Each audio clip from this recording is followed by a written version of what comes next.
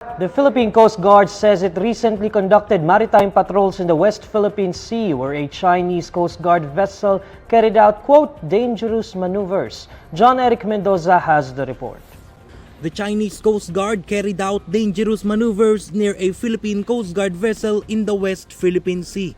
That is according to PCG spokesperson to West Philippine Sea Affairs, Commodore J. Tariela.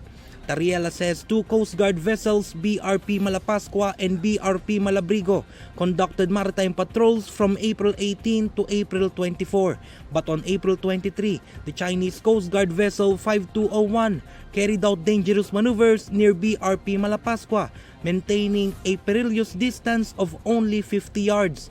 Tariela says the crew's proximity posed a significant threat to the safety and security of the Philippine vessel and its crew. The Chinese Coast Guard vessel 4202 also persistently followed BRP Malabrigo at a distance of 700 yards, closely monitoring its movements. Meanwhile, China says Friday that the near collision between a Chinese Coast Guard ship and a Philippine patrol vessel was caused by the latter's premeditated and provocative action.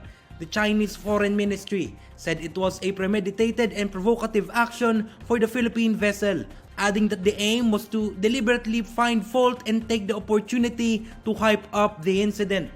Aside from the two Chinese Coast Guard vessels, Tariela says 100 alleged Chinese maritime militia vessels and a People's Liberation Army Navy warship were spotted throughout their patrols.